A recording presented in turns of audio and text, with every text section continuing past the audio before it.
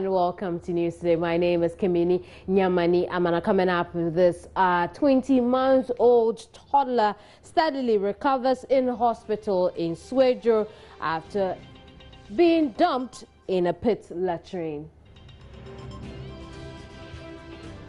Police mount search for man alleged to be ringleader of the internet fraud gang.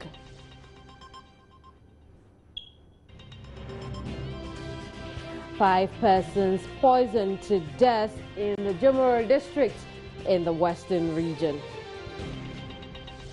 Details of those stories and plenty others are coming up over the next hour here on Joy News Today. Don't go away.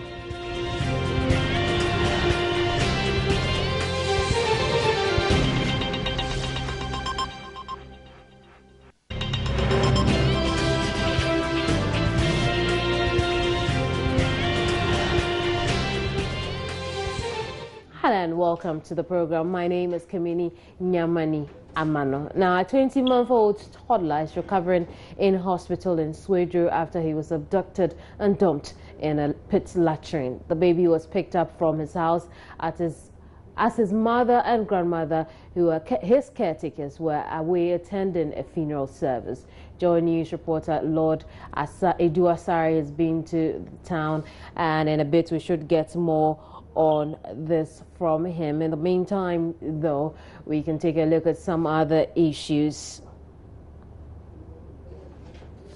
Now, following an assault by a policeman on a multimedia crew at the St. Ferry site in the eastern region last weekend, the Multimedia Group Limited, employers of the assaulted journalists, has lodged an official complaint at the Koforidua Regional Police Headquarters.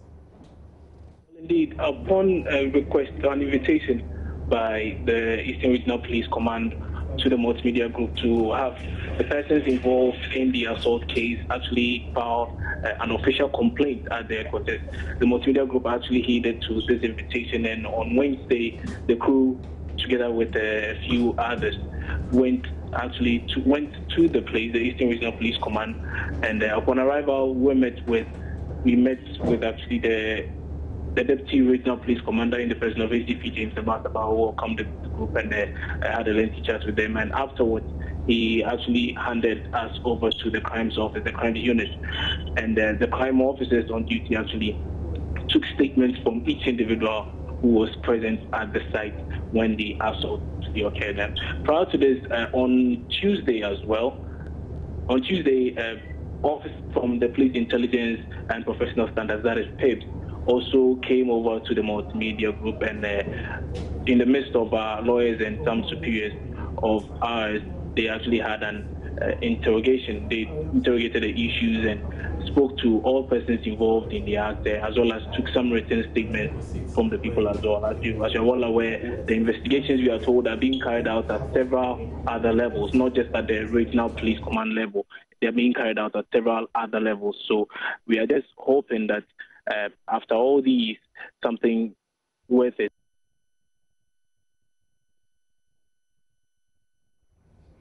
Let's go back to our earlier story where a 20-month-old baby was dumped in a pit latrine. Lord Edu Asari, who's been following the stories here with me in the studio to give us some details to it.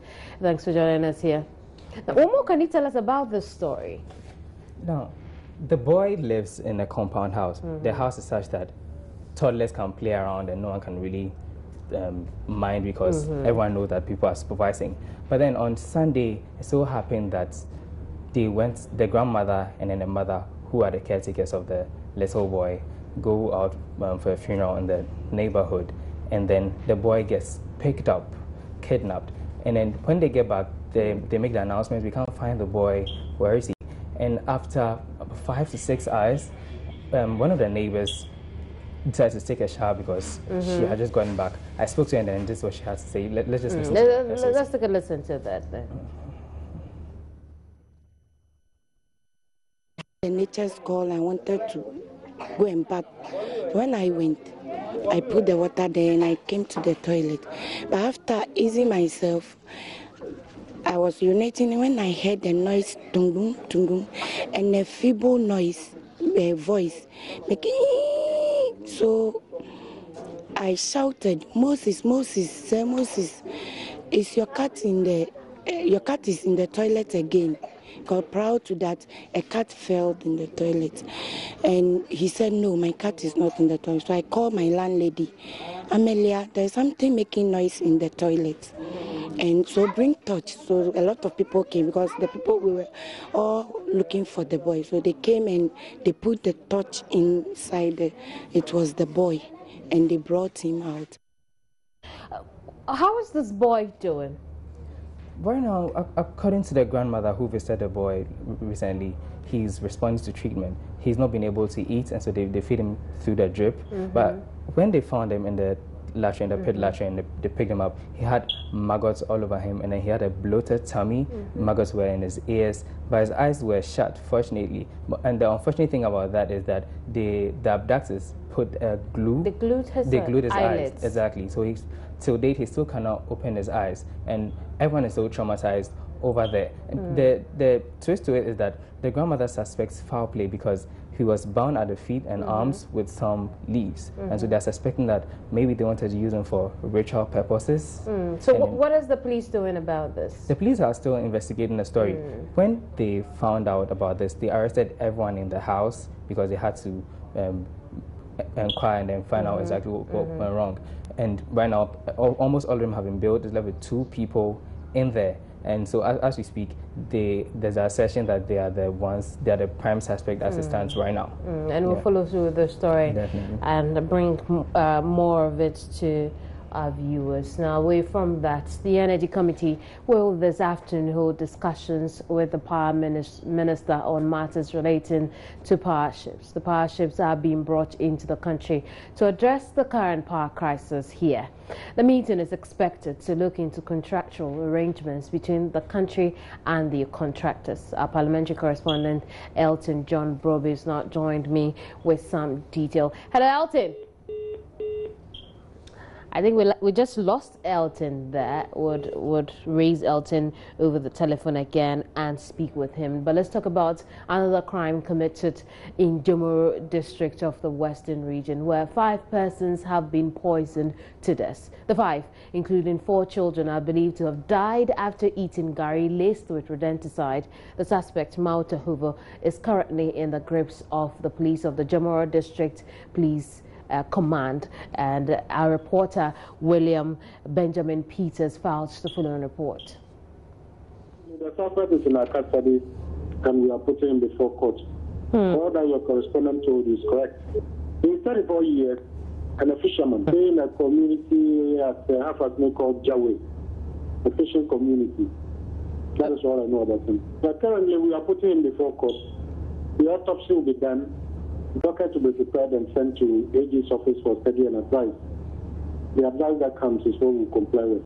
Unfortunate incident took place at Jomoro, Hafasme in the Jomoro district. That's where the incident took place, Jomoro. It's quite unfortunate, but my investigations reveal that the suspect, that is Mauto, did this unfortunate act just to get back to her former girlfriend. According to the investigation that I did, he's saying that the girl jilted him. The girl left him for another person. So in a way of revenging, he went and ambushed himself in the girl's room without the girl's presence. And then he took undue advantage of her absence. Then he going there with that poisonous chemical, that is the rodenticide. He laced it with the gari that he found in the girl's room, and then he left. So the girl came in and she innocently ate the gari together with the 4 other kids who are in the same house with the girl. And after taking the gari, the unfortunate thing happened that all of them lost their lives.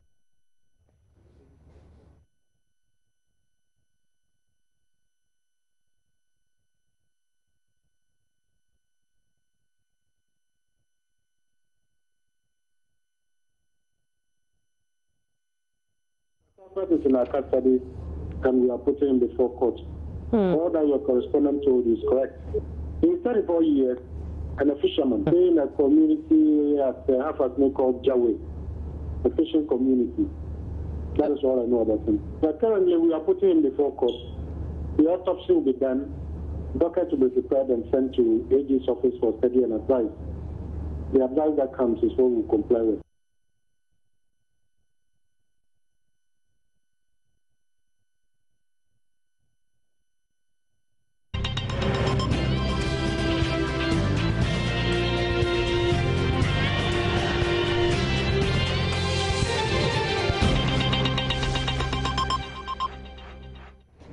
Now, police have mounted search for a man alleged to be the ringleader of an internet fraud gang. The man named Samson Amevi is reported to be the leader of the gang, which operated on the popular online website tonaton.com. His victims are people who buy from the website various products and services. Estelle Wesley is managing director of Tonaton, and she told Joy News they're working with the police and clients to have such persons punished.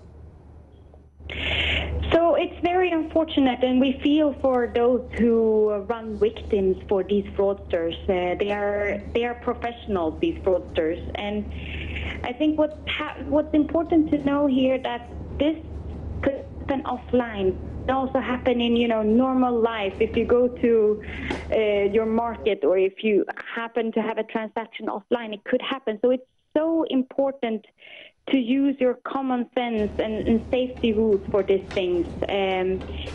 We really feel for those when it happens, but we see very, very severely on it. It's very, very important that people report to us if they are fall victims from these fraudsters, because then we can help both taking away the ads from our site so other people won't get hurt by them, but also to take them down. And this is something that we do actively. I think the most important thing is to be safe, to trade safe. So, for example, when you meet the seller, you have to meet the seller in person, check the item before you buy, and then never exchange item and payment at different times. So always do it at the same time. So when you're getting a car, then you're handing over the payment, and bring also your mechanic to expect it. When you're paying for a phone, you're also getting it at the same time.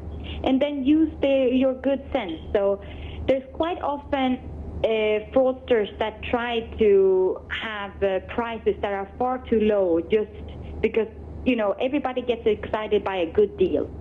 So good deals that are sometimes appear to be good to be true, they are as well. So use your common sense there, and never hand out any financial or bank account information.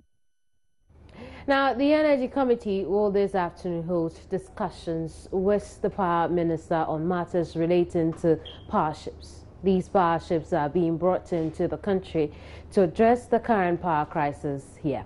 The meeting is expected to look into contractual agreements between the country and the contractors. Our parliamentary correspondent Elton John Brobe joins me now over the telephone with some detail of this. Hello, Elton. Hi. What else will be discussed at this meeting?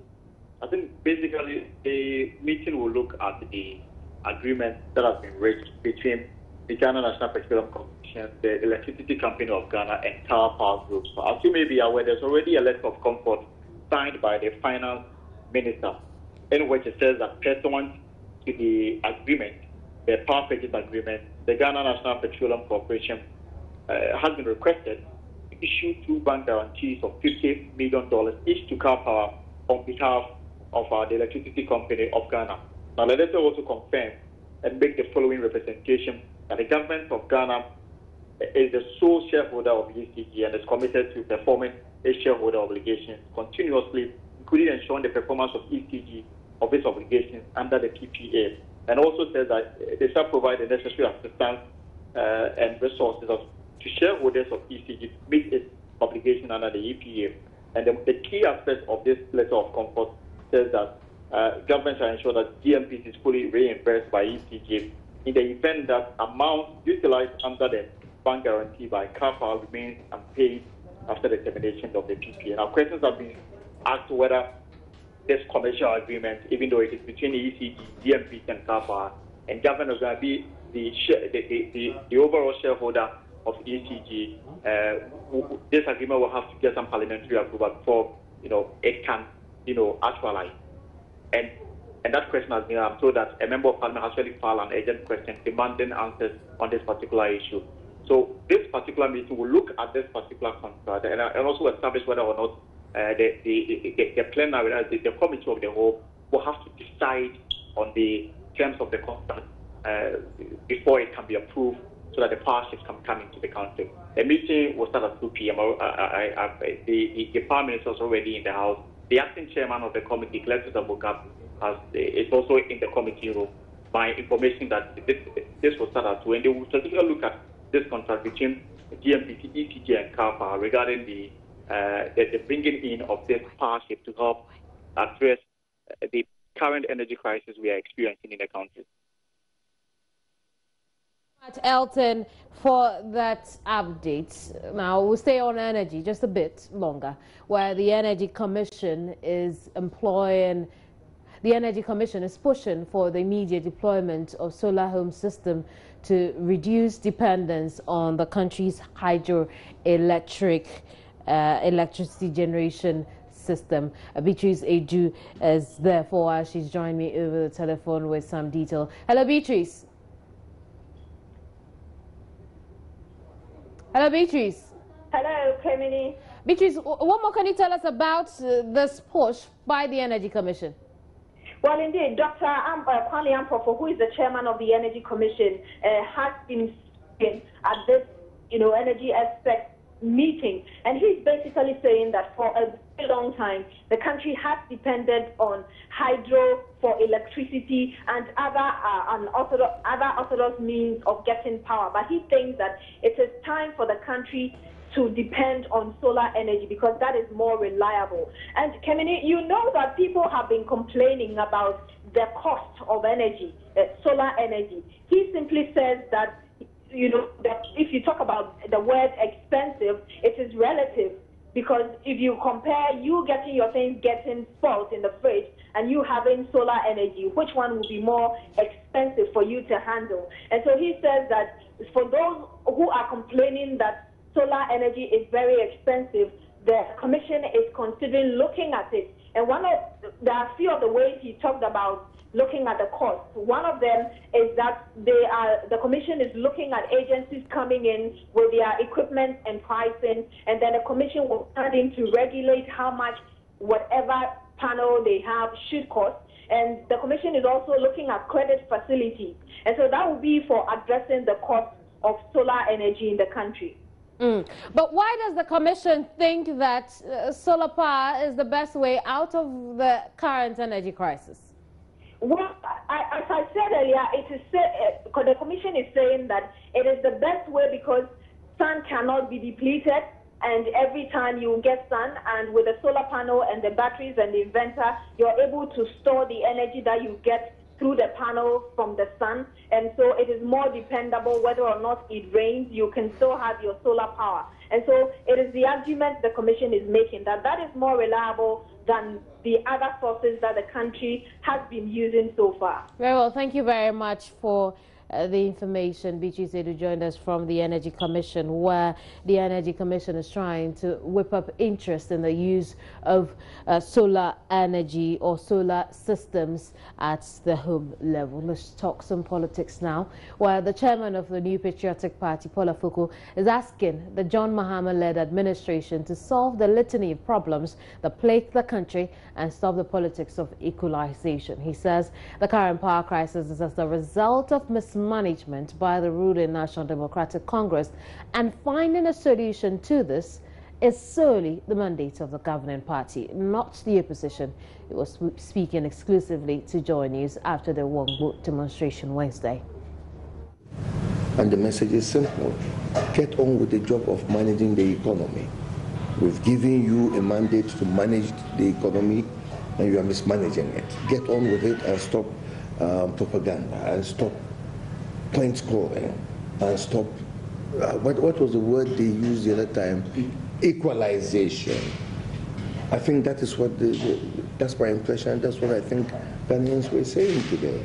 The power crisis basically is a making of poor management. You see, we could turn around and start blaming the technocrats and bureaucrats. But that will not work. I'll give you one example. One, there is a power plant supposedly fired by Alstom turbines. Those turbines were bought under the MPP regime and shipped to Ghana in 2008. This is a matter of record. I've got documents to show you if you want to see them. Turbines, which would have put in a quarter of the output of Akosombo into our national grid, 230 megawatts. And if you made a combined cycle, you will add another 50% of 230. And combined cycle just means simply using the exhaust, the steam coming out of those turbines, reconnect it and give it more power. It was stopped by the NDC in 2009. Advertisements were put in newspapers all over the country. Oh, they want to do a value for money test. Consultants should come in and check it out. We were going to be putting 230 megawatts into the national grid in 2010. He also says the party cannot be held responsible for placards of demonstrators that were said to have insulted the president. Those were not official placards. The official placards that were printed. I can quote one for you now. It said, no water, no light, no leadership. But at that point in time, we couldn't differentiate between what was an official placard and which one wasn't. The printed ones were official. The handwritten ones were unofficial. We didn't know, we didn't sanction those, we didn't distribute those. This is how people felt. It doesn't therefore mean that this is how we feel as a party. Mahama is a thief? How? Prove it. You're watching Joy News today. There's more to come.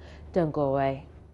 Thanks for staying here. Now, the case involving government of Ghana and Chinese firm StarTimes over the country's digital migration contract has been adjourned to March 9, 2015. Deputy Communications Minister Atusapo, in an exclusive interview with Joy News, is worried the court case is slowing the process of meeting the June 17 deadline for the migration. He spoke to my colleague Etanamse, and she's now here with me in the studio.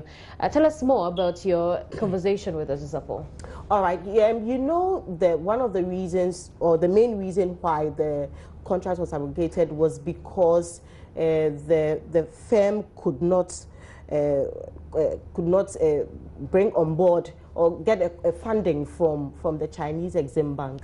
And so I sought to ask Atusapo whether that was the main reason why they gave the contract to him. He said yes, because one of the challenges they are facing is that when they give contract to people, funding becomes an issue.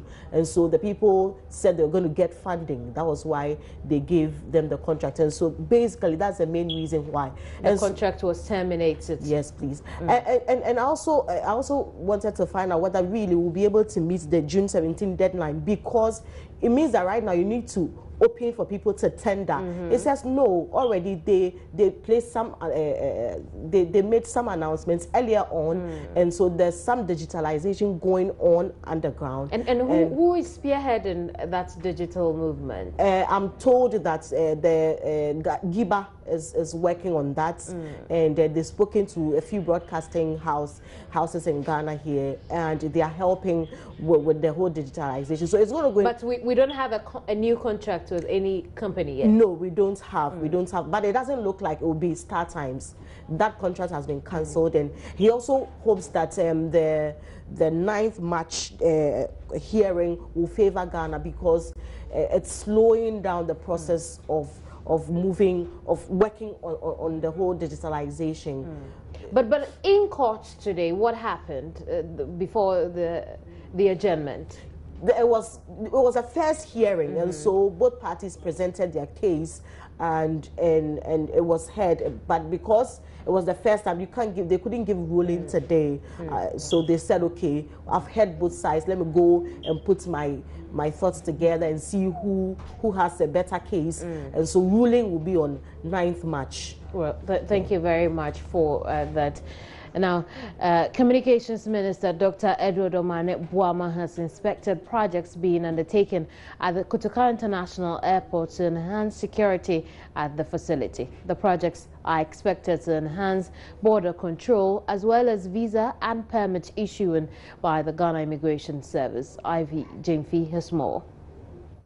The project, which is part of the eGhana initiative, will make use of technology that will inspect passports at the airport to ensure their authenticity.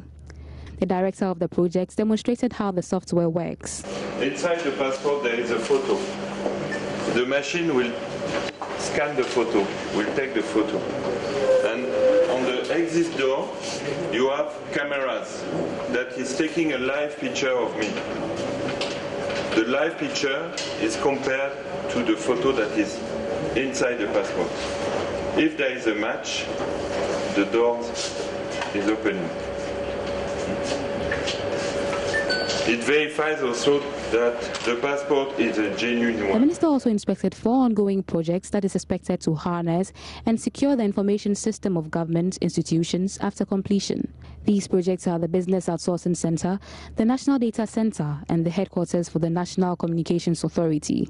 The Business Outsourcing Center, after completion, will provide leased-out space for business processing, software and IT training services, among others.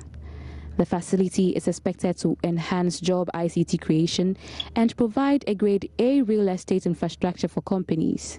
This is part of the strategy to diversify the economy. We have relied on the traditional ways of going about business activities. Even when it comes to exports, everybody knows Ghana for the export of cocoa. Now we are known for the export of crude oil. This is an opportunity for us also to export IT skills. A lot of people have been trained so far by the IT-enabled services secretariat who are ready and willing now to work in this business process outsourcing center.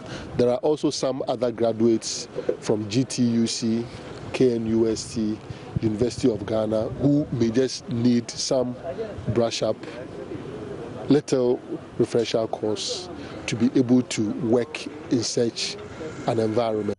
The Business Outsourcing Center, after completion, will provide leased-out space for business processing, software and IT training services, among others. The data center, which is also 80% complete, will house the Ministry of Communication and also serve as a robust system that will store government data. The facility will guard against cyber fraud and other internet-based criminal activities.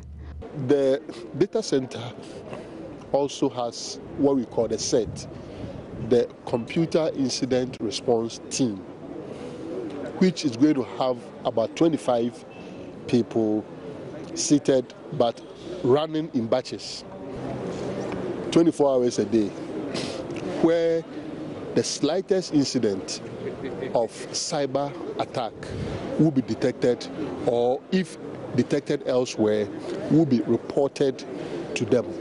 Once the building is completed and we establish it, we will put out the numbers through which the general public can even be able to assess them. And they are basically going to be a standing army that is fighting the cyber attacks that will be coming in either from within the country or from elsewhere. All 4 projects are expected to end in March 2015. The Human Rights Advocacy Center has condemned the attack on an alleged homosexual in Accra last week. The man, Albert Appiah, suffered severe injuries in the attack. He insists he is not homosexual and that someone deliberately set him up to hurt him by accusing him of engaging in same-sex relationship, which is a crime in Ghana. Joy News Joy News is called Sam, is attending or was at a press conference in Accra, and he's here with me in the studio.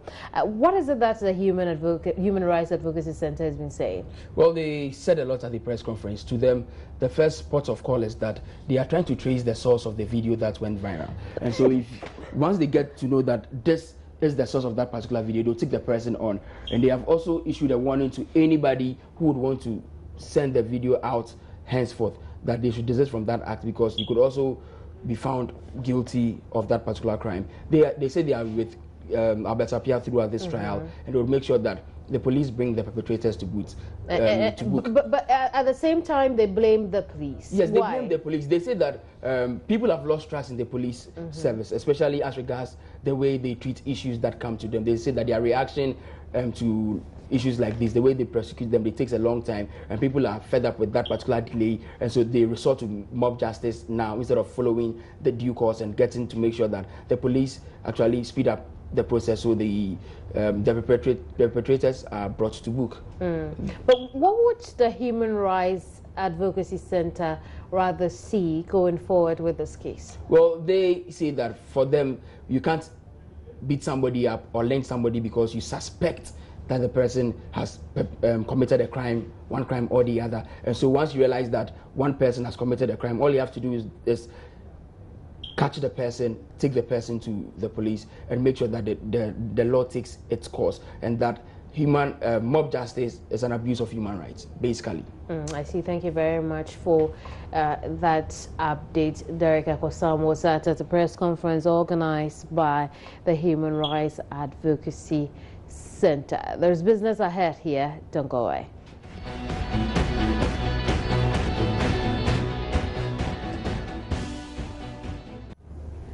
Good afternoon, my name is Baba Tando. This is Sports and News Today, and we begin from the Ghana Beach Soccer Association, who have confirmed that Ghana's national beach soccer team, the Black Sharks, will be participating in the 2015 Elite Power Horse Beach Soccer Tournament in Durban, South Africa. Now, some countries that will be participating in the country will be Nigeria, Madagascar, La Côte d'Ivoire, Senegal, Morocco, Seychelles, and host nation South Africa. The competition will be an important preparation for the Black Sharks, who will travel to Kampala to face the Sun Cranes of Uganda in a CAF Beach Soccer Qualifier for Seychelles 2015. I've been joined in the studio by President of the Ghana Beach Soccer Association, Yao Ampofo Ankara. Yao. Good afternoon. You're welcome. Thank you. All right. Now, I know there are so many challenges, especially once you're preparing for major tournaments like this, but which one is the biggest? Many challenges. Biggest is making sure we move from Accra to Johannesburg to Durban, and that means that our flights, we need to get our tickets, and also to prepare. Camping here in Ghana would help us, to be ready. So when we get there, I think we'll play the match on the following day. So getting the sponsorship for the tickets for the team is our priority right now. Sponsorship has always been a difficult problem in Ghana. I mean, in every aspect that you can think about. But I thought you had Cowbank. To be fair, Cowbank came on board beach soccer in 2011 when we started the league. In fact, it's the only double-tier league or two-tier league in Africa. We have Division 1 and we have Championship. So Cowbank came on board to sponsor the Championship to a tune of 40,000 Ghana cedis. Now, what happened was that because we had 20 teams, we had to spread that money across. And now we're in 2015. We will start the league very soon. That has gone up to 44,000 Ghana cedis. Wow. A slight increase. Cowbank has also agreed to sponsor the national team, the Black Stars, to the tune of $20,000 for the whole year. Interestingly, one tournament, just for the sake of argument, the flights and other logistics alone would probably take up the entire yearly budget. So what we now need is additional sponsors, and also for the GFA to also come on board and support us. All right. How much in total do you need for this Durban tournament? Well, we've got 20,000 from Cowbank, and so we need 32,000 US dollars in addition. Wow. Yeah. I don't really think that it will be fair on your part, but allow me to say this, that if we're paying the Black Stars so much, I mean, this is an issue. You need 32,000 is I think is half of what one Black Star player needs. This issue comes up, and I've tried to, you know, keep away from the issue of direct comparison. Fine, the Black Stars. You cannot compare the Black Stars to the Black say Sharks. Yes, and also to other national teams. But I think the mistake we're doing is that perhaps we're not planning ahead and sharing that national sporting cake equally. So you find a lot of sports are suffering because of what some would say is a very, very minimum, you know, amount of money. Exactly, 32,000. I don't think it should be a big deal at all. But it's a challenge. We don't have it. I understand, but I mean, we should be able to give it to you. Well, we've spoken to the sports ministry, and they are trying to see what they can do. The GFA, before the AFCON, told us that they're not in a position to help. Maybe that would change. I've not yet followed up to see the relevant people, but they are aware. We're communicating by email with CAF, with the GFA and the ministry and the sports authorities. So hopefully something will push, and someone somewhere would say that, you know, we should be able to get that support. Okay, so it's $32,000 for the Beach Soccer Association to enable the Black Sharks partake in the Powerhouse Elite 2015 Powerhouse Elite Beach Soccer Tournament. So but we need more, because don't forget we have Kampala. Other things? Yeah. We have the Seychelles, God willing, will qualify. We have the league and hopefully other tournaments in the year. So we're looking for a holistic package. And Carbank has done great. Baltic Mineral Water has done great, but we want more. Probably PHC will come to your aid. Maybe they'll just give you one Jeep, one Grand Cherokee Jeep, and you're fine. $76,000. That should be. That's been a bit naughty, but I get what you're trying to say. You know, they should cut it down from 30 to 29 and just give you one. We need to, so we sell it. Yeah, and make the 76,000. We need to take a really holistic approach to sports development, grassroots sports. And it's not just about beach soccer. It could be tennis, it could be rugby, it could be beach volleyball, it could be lawn tennis and table tennis. So we should look at it and see how best we can push these sports, especially when the amount involved is not as huge, if you know what I mean. Yeah, we wish you all the best, and we hope that you get this money very well ahead of time to enable the Black Sharks go make Ghana proud. But before I take leave of you, the national paracycling team is currently in South Africa getting ready for the 13th edition of the OCC Paracycling Marathon. A 7-man contingent consisting 4 paracyclists and 3 supporters left Ghana last night for the competition in George. Ghana will be defending the 42-kilometer full marathon title against South Africa, Tanzania, Kenya and Ethiopia on Saturday, February 21. Maclean Achu Gigienyo won gold last year. Sure, I know last year my preparation was not all that, but with the little techniques and experience I had, I went and then I won the marathon. And this time around, because I know I'm the defending champion, it comes with a lot of pressure. And so my preparation towards the marathon has been massive.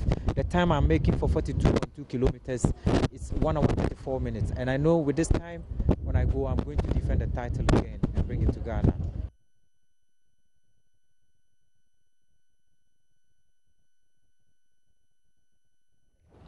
Botio Nkegbe is Ghana's team captain, and he has high hopes of a good display by the team. Defending champion. Ghana is the defending champion, not McLean being athletes. Ghana is the defending champion. So we are just going there. These 4 athletes, we are just going to defend that medal and add another and more medal to the medal that we have already won. Because first time we are going to have a lady medal. That's one aspect of this. So it's going to be a new medal for Asha, and the rest of us, we are going to defend the boys. We are going to defend the Ghana medal in the 42.5 marathon for this year. Yakdan Shipping Company is funding the national paracycling team's participation at the 13th edition of the OCC Paracycling Marathon in South Africa. Chief Executive Officer of the company, Daniel Niementa, tells Joy Sports their motivation for the gesture. Their state wanted to show to the whole world that they are capable. They are just like any one of us.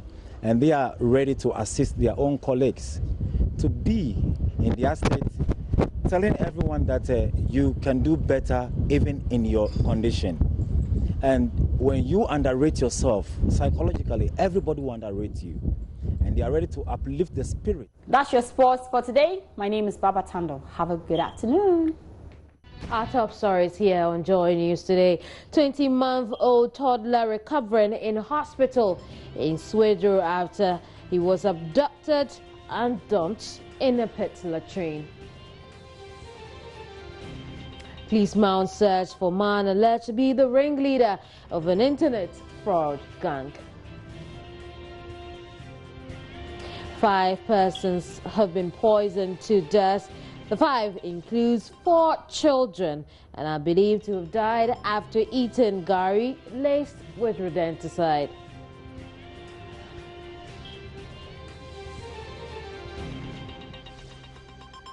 Seven people have died in an airstrike in southern Niger. That's it for the hour. Thank you very much for your company here. Visit myjoyonline.com for more news. My name is Kimini Nyamani. Amana. Have a good day.